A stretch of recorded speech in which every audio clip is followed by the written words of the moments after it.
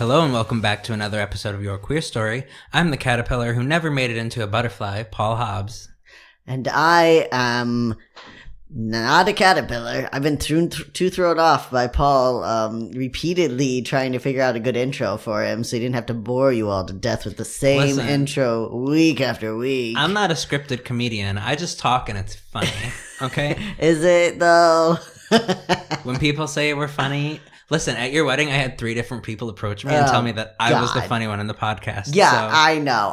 My sister, did we talk about my sister basically fangirling over Paul at my wedding? She's like, oh my God, I've never met a celebrity before. And I was like, if she calls this motherfucker a celebrity one more time. I'm a real celebrity. I have that celebrity status. I'm like a Z-list celebrity, right? Exactly. I think that would be what we are, Z-list. So we don't count, but sure, we think we're celebrities. Evan's just jealous. I am jealous. I'm Evan Jones, by the way. Sorry I didn't give you an introduction. I am Mr. Evan Jones of the Joneses of South Carolina. And there's only about, I don't know, half the population that are Joneses. So That's true. Yeah, literally. Everyone down there is my first or second or third cousin. Every time I go out with my grandma, she's like, now you know that over there. That's your third cousin. And he's married actually to your 5th cousin. And I'm like, okay, grandma. So. Speaking of cousins, I have a cousin on both sides. It's not incest, but my mom married my dad, and my mom's sister married my dad's cousin. So welcome to Indiana. But so we're cousins on both sides, and it's not incest. It's not incest, no. And that's a good model. It's not incest. Welcome to Indiana. We're close enough, but it's not incest. Which doesn't matter anyways, because incest is becoming irrelevant. Not to say that people should be having incest, but according to our government, even if there is incest, you still don't have any rights to your body. So yeah, that's good exactly.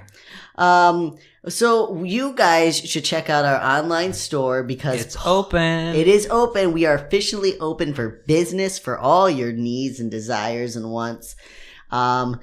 I am currently wearing a Your Queer Story shirt, and you can't see it, but it looks amazing on me. It's really cute. Let me tell you. It is cute. So, you can wear our face. I have a face on each one of my chesticles. I was going to say, the way I set up the shirt, basically, each of your nipples gets one of our faces on it. Exactly, which it's my... I mean, it's a little high, my mouth is almost resting on a nipple. Your mouth is a little high. But it's nice. It's really nice. Mm-hmm. I'm wearing the YQS shirt. Our Homocrat shirt is coming in next week. We've also got our Sodomite shirt, which I cannot wait to wear somewhere. And then we have, what's the other one we have? The other one is an original Queerstian. Oh, yeah. It's like that classic style you see everybody wearing. They always say like established 1892. Well, guess what? Ours says established 2018. So. Exactly, bitches. Because that's when we established the Church of Queerstianity. Exactly. And you're welcome. So you can find that by going to yourqueerstory.com/shop, or you can just go to our website, yourqueerstory.com. There's a link right at the top. Yep. And we also have a partnership with Honey right now. If you go to yourqueerstory.com/honey, you can save some money. We've got a coupon up to $15 off, so make sure you're checking that out. Save some money, honey. I'm sure they've never had anyone do that before. Also, I'll link this coupon here. The coupon FIRST20, that's FIRST20, will save you $3 off of your purchase. $3. It's only good for the first 20 people who use it. It's already been used one time. It's got 19 uses left. Yep. You want to save some money? Get out there and order a shirt. Everything is made in America. It is all ethically sourced, which means we're not paying some little child in a sweatshop to make your shirt. Not only are you supporting queer artists, but 10% of your proceeds are going to go to PRISM, which is the Providence Youth Student Movement. It is a local organization for us. It is run by people of color, and it focuses on on people of color, specifically youth, and they have also done a lot for the queer community. They actually spoke at our transgender rally back last year. I don't know, what was that, November? I don't know. I think so. The end of last year. Everything runs together in the Trump administration. It's just all one big, lots of hate. fuck up. Yeah. So, so Prism does a lot in our community, especially for, like you said, for youths, for students. And so 10% of our proceeds are going there. They help the community. They're in the process of trying to get a new building. So we want to help them. So you're supporting good causes when you buy our shirts. One last announcement, and then I promise we'll get started. Yes. If you join our Patreon from now until May 31st, in the beginning of June, Evan and I will send you a special, customized thank you video. This goes for anybody already subscribed and anybody who's new to the platform. You can join us. We're starting up on it very soon. We have a lot of great content coming out for our second year as a podcast. And if you join for $3 a month before May 31st, 2019, Evan and I will send you a special customized thank you video. You want us to be the cock destroyers? We'll do it. You want us to catch things in our mouth that are not sexual? We'll do that. You want us to, I don't know, do a backflip? We'll do it. We'll figure it out. We will not do a backflip. I don't know what he's talking about, because I know for a fact that he cannot do. I can't do a backflip, and neither can you, motherfucker. I'm not promising these people things anymore if we can't meet the demand. We're gonna do it. Listen, whatever you want that's not sexual, join us. We'll send you that special video. We will send you a special thank you. Also, if you can only do $1 a month, you can at least vote on our new video that we have to do a challenge, because we hit our next goal for support. I'm really hoping for the cinnamon challenge. Jesus Christ, listen, do not do the cinnamon challenge. If you want to see Evan suffer, vote for the cinnamon challenge. I won't make it. You'll make it. I know that for now. I know I won't make it. I won't be here. We'll have Sam with you to bring you back to life if you need something, okay? Well, I did it once and almost threw up. It was fine. I'm still here today. Just what I love. But yeah, and if you think that $1, $3 doesn't go a long way, it goes a lot farther than you think. Listen, because of people donating even small amounts, we were able to upgrade our studio and continue to support the queer community. It's allowed us to grow and learn and just continuously improve to bring you these podcasts. We've had people reach out from Scotland, Portugal, and we wouldn't have been able to ensure that those things happened without our patrons. And our listeners. So everybody. Your message is going all over the world, and we thank you for that. So anyways, lots of ways that you can support us. Of course, always listening, sharing, and messaging us. That's a great way to support us. Going on our Patreon or buying yourself a shirt. Pride is right around the corner. Oh my God, can you hear him in the background? My little dog. He's like anyways, and then, like I said, Pride is right around the corner. So you want to make sure to get your sodomite shirt, your homocrat shirt, your queer story shirt. I'm officially yelling over Stewie, get your shirt! We made it one episode. So Evan, tell me about your week. Tell you, my week is a shit show because it is the biggest week at work for me, except for Christmas. I am preparing for my inventory, and I'm surprised if you even have time to do this episode, but here I am, because I'm committed. Commitment is what... You're not scared of commitment. I'm not You've been married twice. That's just proof right there. Exactly. And next week, or the end of this week, will be 1 month, which means 3 more months, and I'll officially have made it longer than my first marriage. I'm going to get you a gold star. Please do. Please do. Longest marriage. Exactly. I'm like, oh, so you've been married 25 years? Oh, well, try 5 months, motherfucker. You did do a lot of work. I was designing merchandise. That's what I did all week. Yeah, you did. And it looks beautiful. You've got to check it out. Even if you don't get something, you've got to at least check out the share website. It. If you have some people who you know want to wear a nice Pride shirt, just share them. Send them the link. Share it on Facebook. Exactly. The easiest way to support us if you don't have money is to share links to our stuff. Yep. Honestly, if you think, I really wish I could help these people, I really wish I could support the podcast, if you just share the link to our iTunes page or our Spotify page, or share the link to our website, maybe show a friend, show a parent who's trying to be supportive but they don't know how. The more downloads we get, the the more people that listen to us, the more likely people are to want to support us. And the more educated they get, the more we can help the world. And that's what our real goal is. Our goal is not to make money here. Our goal is to spread queer knowledge, queer history, and love. We're just a couple of hippies. I'm not going to go that far, but okay. No, but yeah, it is true that like there's so many ways to support us, and we definitely really appreciate the people that are on our Patreon. But again, we know what it's like to literally have nothing, no money, or you're stretched thin because you're supporting other causes. With the Trump administration, there are so many causes to support. All right, so we got to get to the person we're actually talking about today. We've got Memorial Day coming up. This episode drops right before it. And, it's the day that we remember those who have fallen.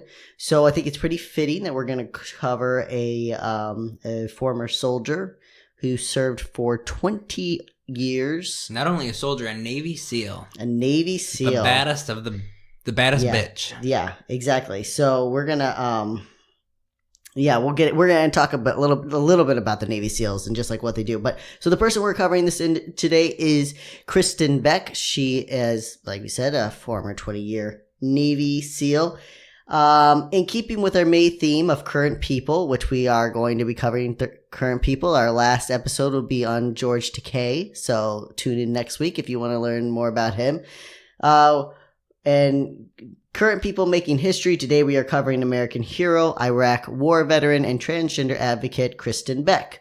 With the transgender military ban now in effect and thousands of qualified soldiers being denied service, we feel this episode is especially appropriate. From a rugged 20-year Navy SEAL veteran to a beautiful, outspoken woman, Kristin Beck perfectly sums up why the transgender military ban is complete garbage. Before we talk about her work today, let's first dive into her queer story. Born on June 21st, 1966, Kristin was assigned male at birth. While she remembers feeling dysphoria from a young age and being drawn to more feminine tastes, Kristin was pushed into a strict masculine role as a child. One day, her father caught her trying on dresses and lost it. Kristin would later tell the Washington Post, "He gave me a good enough scare that it would be a real long time before I ever did it again in front of anybody." Growing up on a farm, a boy was expected to be a boy, and Kristin worked to suppress her feelings. She played sports and tried to find overexpressive ways to show her masculinity. In addition to struggling with her identity, she also struggled with understanding her orientation, as is natural in many transgender individuals who cannot articulate the jumbled feelings that dysphoria and identity questions bring. Yeah, so we're going to list a lot of resources because there's a lot of good information out there, most of it supplied by Kristin herself. Paul and I got a chance to message her, and we are trying to set up an interview with her. It's just she has a very busy schedule, and we have a busy schedule. No, probably not as busy as hers. Yeah. But we are trying to set up an interview with her, but we were able to message her a little bit, and she told us about an article that I also found. It's in GQ magazine. We will add the link whenever we put it on our social media, but that article talks a lot about her dysphoria from a young age and then in the military, and like all the ways that she tried to express her identity, but in secret or without any, all the ways she had to go out of her way to try to express her identity and how hard it is. Growing up, she even had there was a closet where her sisters would put their clothes that they didn't want anymore, and she would hide a few things in there and call out sick, play sick so she could stay home from school and just to wear the clothes. Yeah. You don't have that in there, right? No, I don't have that in here. No. Yeah, she would play sick so she could stay home. Dad was gone, mom was gone, brother or sisters and brother were at work. Sisters and brother were at school. She could, put on nail polish and some shoes and an outfit and really explore who she is. And these type of things as a cisgender person, I never had to consider.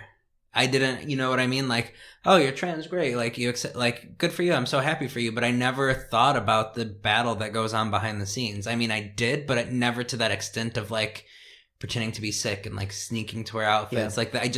It was never something I thought of. So she did in her documentary, Lady Valor, she does a really good job of explaining the behind the scenes of the mentality of it all. Yeah.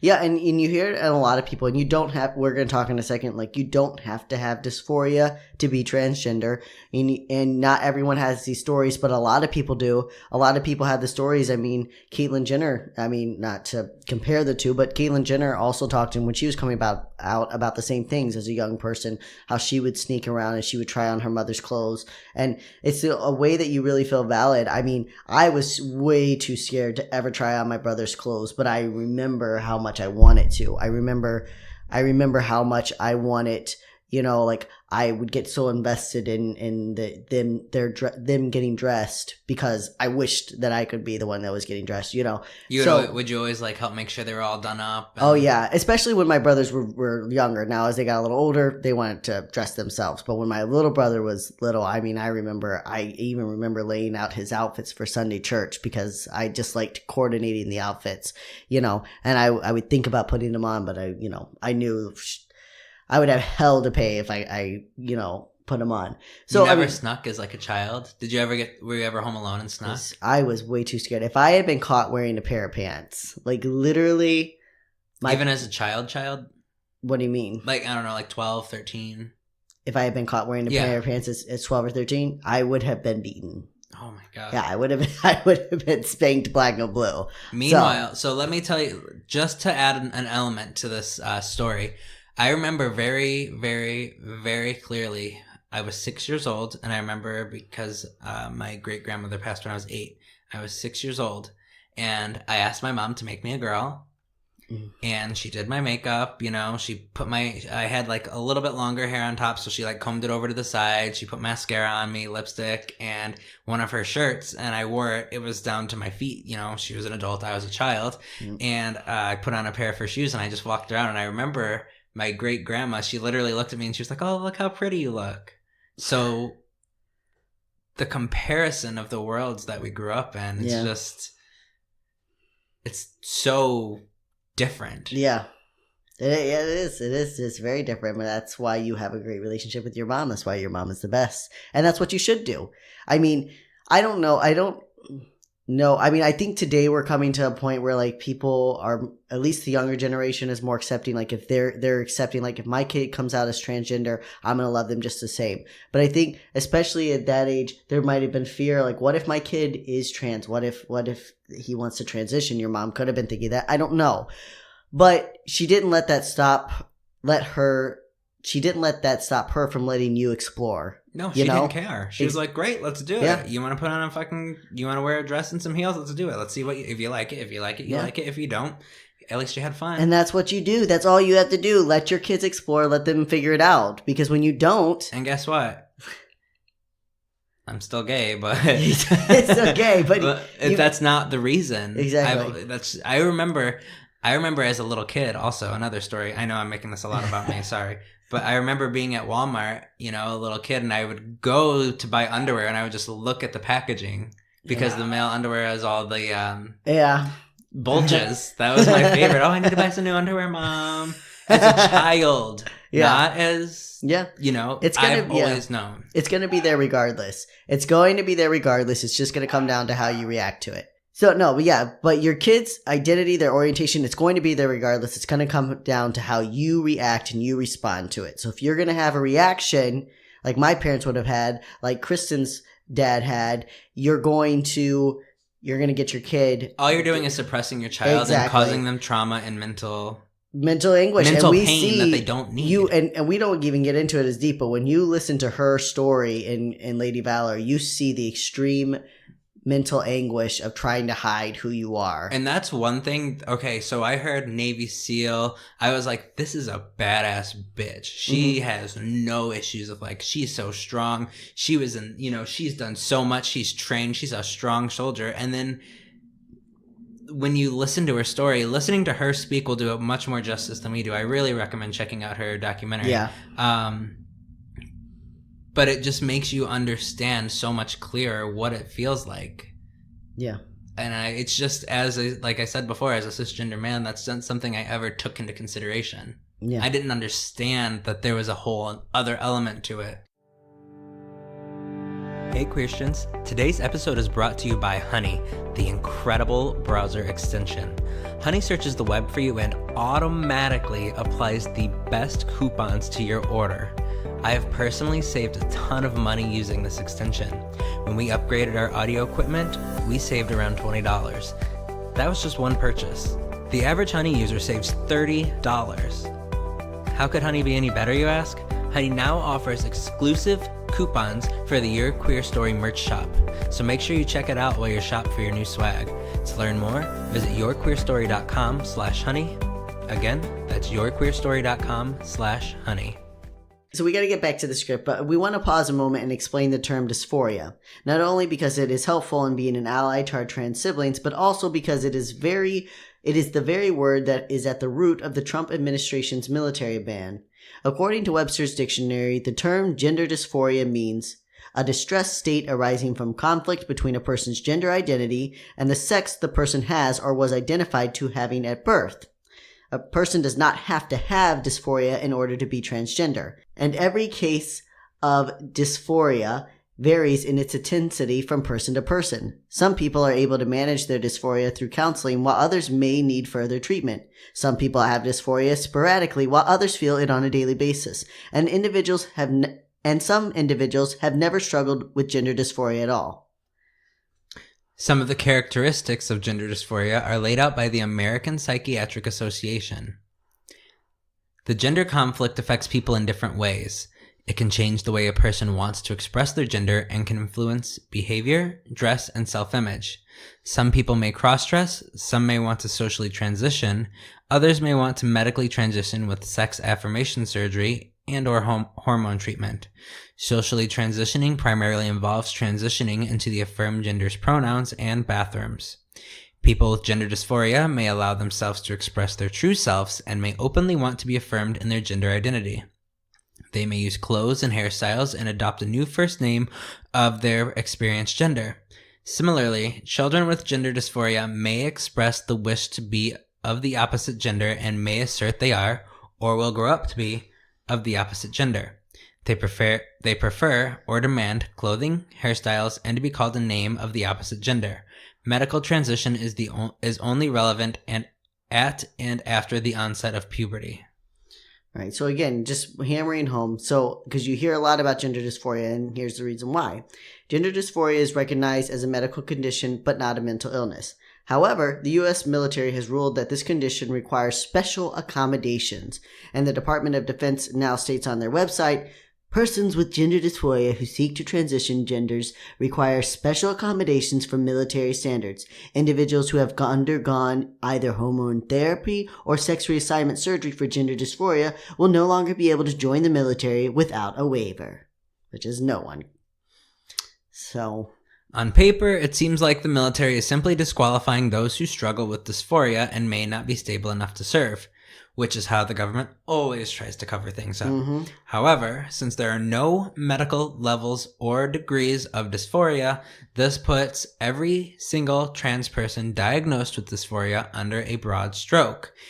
Even though many transgender individuals who have or continue to experience dysphoria do not experience it in a way which hinders them from functioning like any other individual.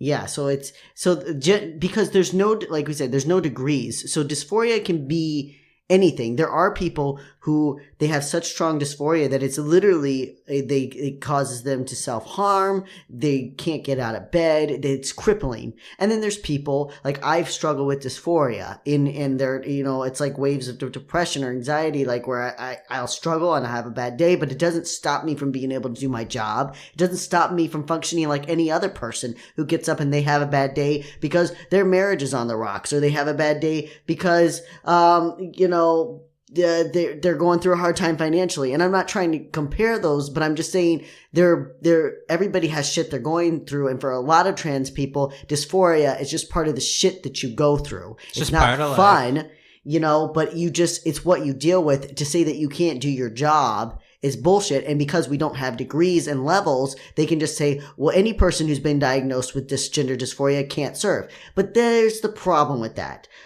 It also conveniently, labeling gender dysphoria as a reason why you can't serve in the military conveniently ignores a very key factor in our medical and legal system, which is that most insurances require an individual to be diagnosed with gender dysphoria in order for that individual to receive hormone reparative therapy, HRT, or gender affirming surgery. We don't use the term sex change or reassignment surgery on this podcast. They do not properly convey what gender affirming surgery is. We use gender affirming surgery. Most places still say sex reassignment surgery.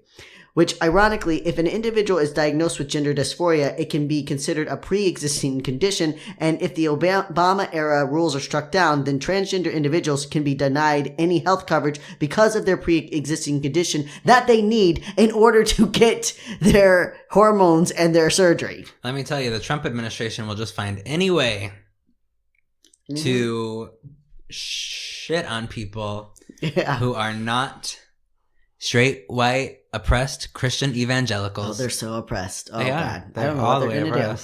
So in addition to the medical side of things, most states require an individual to be diagnosed with gender dysphoria in order for that person to legally change their name and gender marker. And in fact, 23 states require full surgery, and 3 states won't change an individual's gender marker no matter what. These states are Kansas, Ohio, and Tennessee. All of this means that most transgender people seek a dysphoria diagnosis so that they can legally and medically transition, which also means that the military, excluding transgender individuals diagnosed with dysphoria from serving, is essentially excluding the vast majority of transgender Americans. Yeah, so they set it up where like you have to fuck yourself because you basically, so doctors, what happened was in order for a person to get HRT, in order for them to legally change their name and do all the things that you need to do as a transgender individuals. Yeah, so what it does is it sets it up. So what happened is doctors, because transgender individuals had to have this gender dysphoria diagnosis in order to get the things that they need, doctors just got in the habit of diagnosing a person with gender dysphoria. And a lot of times the trans individual did have gender dysphoria, but other times it was the only way that they could get the hormones and their surgery and the legal changes that they needed, so the doctor would diagnose it for the person so that they could have those changes. But now the military is coming back and saying, well, if you have this diagnosis, which you basically need to live as an out, to have any kind of medical and legal outing as a trans individual, if you have that gender dysphoria, then you can't serve. So basically they're just making it so that the majority of trans individuals cannot serve in the military. But of course, as Evan said, it's all bullshit because even with dysphoria, transgender individuals such as Kristin Beck have proven again and again that they are capable and even exemplary soldiers. Going back to Kristin's story, in 1984, at the age of just 18, Kristin enrolled in the Virginia Military Institute. She graduated in 87 and continued to pursue a career in the military, aiming for one of the most elite branches, the Navy SEALs. The SEALs are an elite task force trained to combat on air, land, and sea, which is part of SEALs, air, land, and sea. The training to become a SEAL is so rigorous that 80% of participants drop out before completing the program. So they go into the training and they don't even complete it. But Kristin was determined not to be one of the 80%. She later would tell CNN, "I thought I could totally make it go away if I could be at the top level. Maybe I could cure myself." Yeah, she even said, she was like, I wanted to be deployed because when I was out there being a SEAL, that's all I thought about. Yeah. I was a SEAL. I was working. That was my focus. I didn't have to think about the outside world. Yeah. However, of course, she couldn't hide from herself, even if she did hide from others. And though the SEALs didn't allow women to be Navy SEALs until 2016, in 1991, Kristin graduated with 179 other cadets to become a Navy SEAL. She was still decades away from coming out and starting her transition, but this incredible woman completed the training the military stated transgender individuals and women couldn't handle. And that was just the beginning of her career as a soldier. Yeah, so if you've ever watched G.I. Jane with Demi Moore, where she does the SEAL training, it was done in the 90s, but women weren't even allowed to be SEALs in the 90s. So they say that if you're a woman and if you're transgender, you just aren't stable enough. And Kristin Beck's like, yeah, well, fuck you. Hold my beer. So over the next 20 years, Kristin would be deployed 13 times and would take part in hundreds of missions. She married twice, trying to find a sense of balance and normalcy. I think she has married twice, but not twice then. She married once then. Mm-hmm. She had 2 kids with her first wife, Shelley. I was just trying to fit into the stereotype American dream, exactly what my parents and everyone expected of me, Kristin said in her documentary, Lady Valor, which we've said many times and is one of your recommended resources for today. You can get it. I think it cost me $1.99 on YouTube to rent. Yeah. I got to rent it for 48 hours. $1.99. If you have $2 to spare, I really recommend checking it out. It was on Amazon Prime for a long time now. It's still on Amazon, but it's not on Amazon Prime anymore. But it's such a good documentary. You got to check it out if you can. Kristin and Shelley had 2 children, and Kristin says she attempted to come out to her wife in the early years of their marriage, but Shelley wasn't interested in that so-called lifestyle. So instead, Kristin began to sign up for more deployments, searching for a way to escape the growing voice in the back of her mind that screamed to be let out. She found some small ways to express her gender. Every year, she would dress up as a nurse or a cheerleader for Halloween. While everyone could assume that she was being humorous, in truth, it was one night she could show people her true self. Kristin also bought a boat, and when she was home from tour, she could go out on the boat, dress in her stockings and skirt, and be herself alone. Yeah, and in that GQ article that I recommended, she talks about that, how she went one night, like she dressed up full in like her stockings and makeup. I don't know if she wore a wig as well, and she went to one of her military buddies and showed up, and he's like, what are you doing? Like, she was supposed to meet him for beers, and she's like, I just like to dress up like this sometimes. And he was like, okay, well, just make sure the rest of the guys don't know about it, you know? Mm-hmm. And he was cool about it, but like, it was again that, fine, whatever. If you got to do your weird little thing, just do it when you know, in your own privacy. Right. Be quiet about it. Yeah. But the constant withdrawal took a toll on the family. After 9 years, Shelley took the kids and left Kristin. Partially due to guilt and partially due to self-loathing, Kristin faded from the children's lives. Today, she expresses it as one of her biggest regrets. I messed them up so bad, she wrote in her memoir, Warrior Princess. I am worthless to them now. How can I go back and fix this, if ever? Sadly, this is the story of many parents who transition later in life. This is why it is so important to make our family members understand they will always be loved no matter what.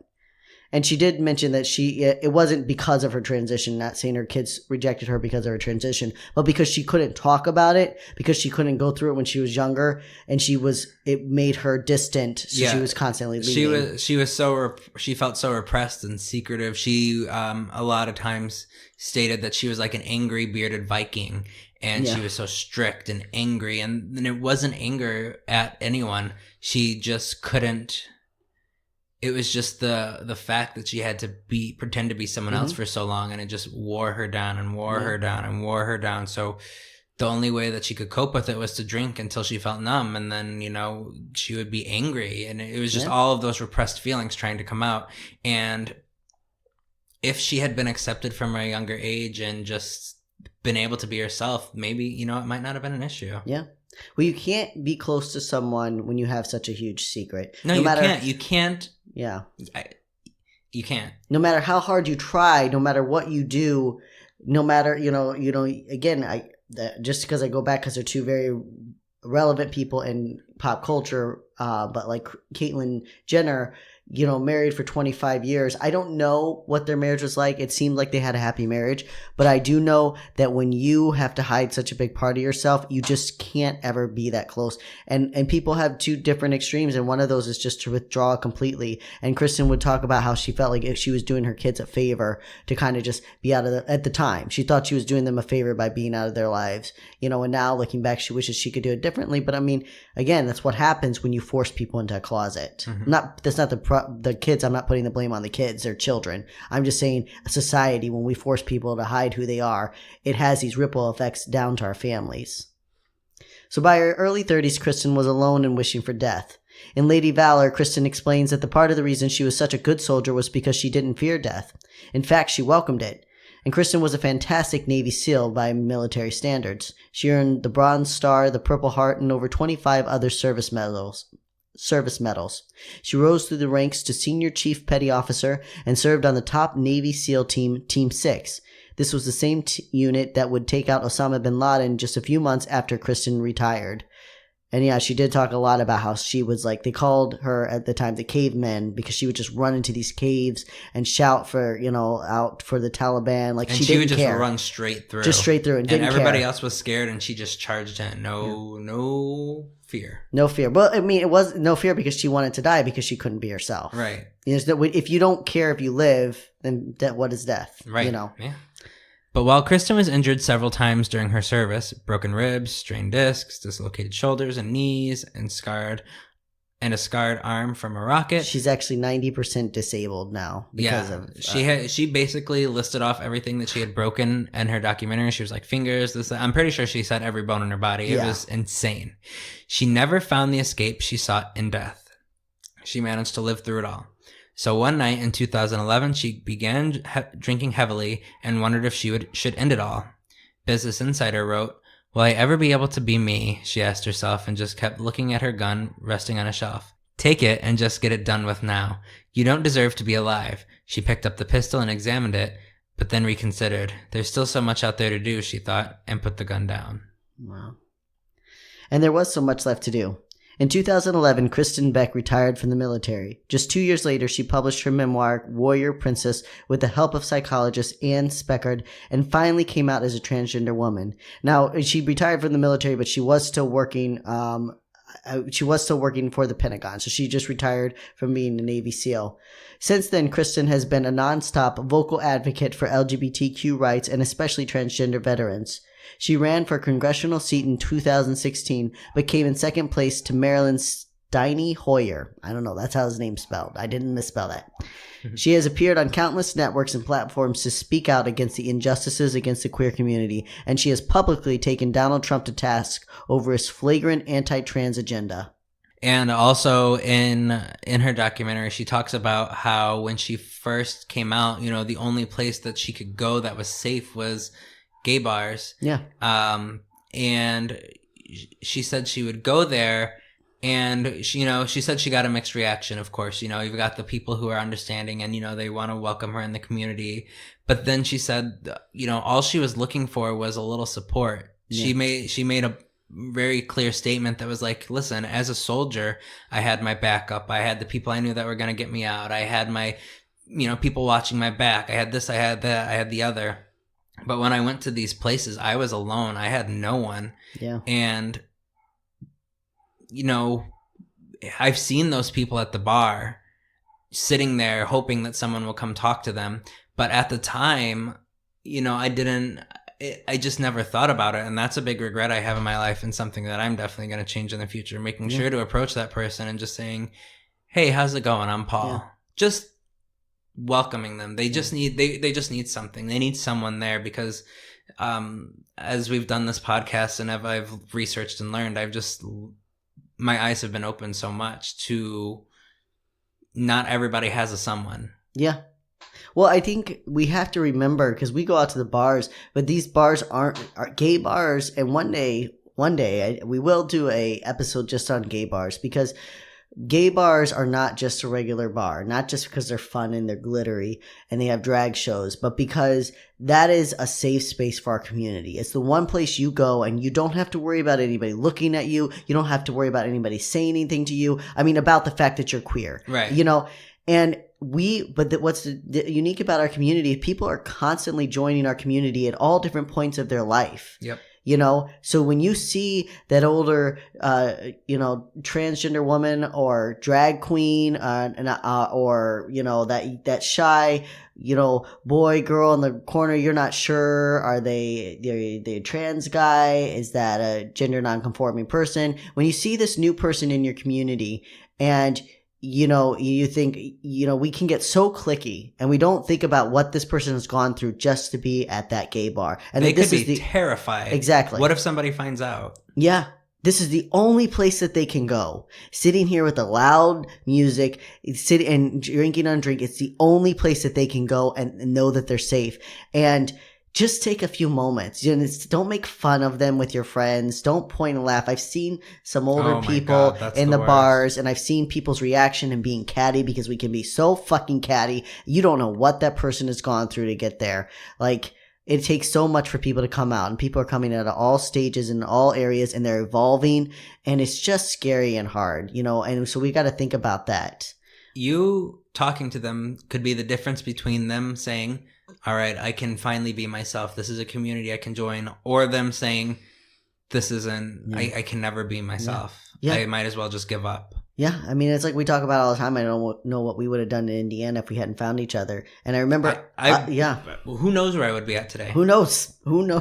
And I remember us going to the gate. I remember I've told the story before about like right after I came out as lesbian, way back when I left the church. It was like a month or so after, and I had no one. And I go to the one gay bar that I can find in fucking Portage, Indiana, which if you know Portage, Indiana, it's a hick town. I don't know why there was a gay bar there, but I show up and I'm like, oh my God, this is the best place I've ever been in my life. Wow, this is amazing. Like guys are dancing together and girls are kissing and people are wearing whatever they want. And I'm like, I'm in heaven. I'm coming here every night. And then they get up and they're like, so we just want to thank you guys all for coming on our last night before we close. Thanks for your support in our community. Hopefully one day we can open another gay bar in the area. And I was just crushed because I was like, what do I do now? I don't have anyone. I have nothing. I don't know what to do. So someone sitting in the bar, you can think that you can think we're so evolved now and it's so easy and how can you not know what you're doing? They don't. It's just, it's not as easy as you think. Right. So take the extra time, include people. Just say hi. You don't even have to, don't spend all night with them if you don't want to. No. Go say hi, introduce yourself, say, if you need somebody to talk, you don't even have to tell them that. Just be friendly. Don't stand on the side and make fun of them. And shut down the people that are making fun of them. You want people to stand up for you. You stand up for others. You got to stand up. You got to voice it. And if you are the one that's making fun of people, go fuck yourself. .com. GoFuckYourself.com. It's not cute. It's not catty. Don't do it. Go make fun of some Nazi. You can make fun of them as much as you want. Don't make fun of the person sitting in the corner of the bar that looks weird to you. Mm-hmm. So in 2015, Kristin found love again and married Heather Stott, an Air Force veteran, and the two settled down on Beck Ranch to raise chickens and cattle. Kristin has a deep love for animals, which is shown through her social media. You can follow her on Twitter and Instagram. She's on all forms of social media, mostly on Twitter and Instagram, but even cute fur babies. Her handle is Valor, the number 4 and US. For Valor for Us. Yes. Yeah. Valor for Us.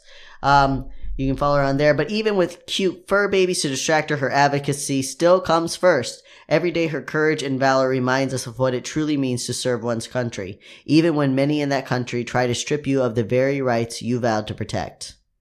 Kristin also runs a nonprofit called Mindful Valor. We had the privilege of speaking with her through Messenger, and she told us about the organization. It's about trauma and alternative therapy. It's also about the military and its view as to power being the only tool toward peace. I think winning hearts and minds and gaining a lasting peace takes much more than strength. It will take mindfulness and compassion. Yeah. And we'll end this episode with a quote from the opening of her book. Again, that's Warrior Princess. I do not believe a soul has a gender, but my new path is making my soul complete and happy. I hope my journey sheds some light on the human experience and most importantly, helps heal the socio-religious dogma of a purely binary gender. So your recommended resources are the documentary Lady Valor, which we've mentioned numerous times. You can find it on Amazon or YouTube. Just Google it. You can literally find it. You can rent it for $1.99. You can also look into the book Warrior Princess. Yep, and we'll also do the link to GQ. You could probably go to GQ and look up Kristin Beck, but the link was a really long site. I can't just say the link, but we will also tag the link in our social media when this episode drops to the GQ article. It's a very in-depth article, and it's one that Kristin personally recommends if you want to know a little bit more about her. I think it actually takes some excerpts from her book, Warrior Princess, so if you don't want to read a whole book, you can do that. And again, make sure you check out our merch, guys. Pride's right around the corner, so you got to get your Pride merch. Wear our faces on yourself. Wear the word sodomite in giant lettering. Piss off the religious right. By the way, the T in sodomite is a cross. It's an Easter cross, so it's like extra, it's like an extra fuck you. Yep. Make sure you check that out. So be a proud sodomite. So stay queer. Don't get a lobotomy. Talk to a new person at the bar that you've never seen before that's sitting by themselves. Talk to them, and We love you, our little suckling saphists. Our allied hookers. Our proud homocrats. Establish the homocracy, and bye. Bye.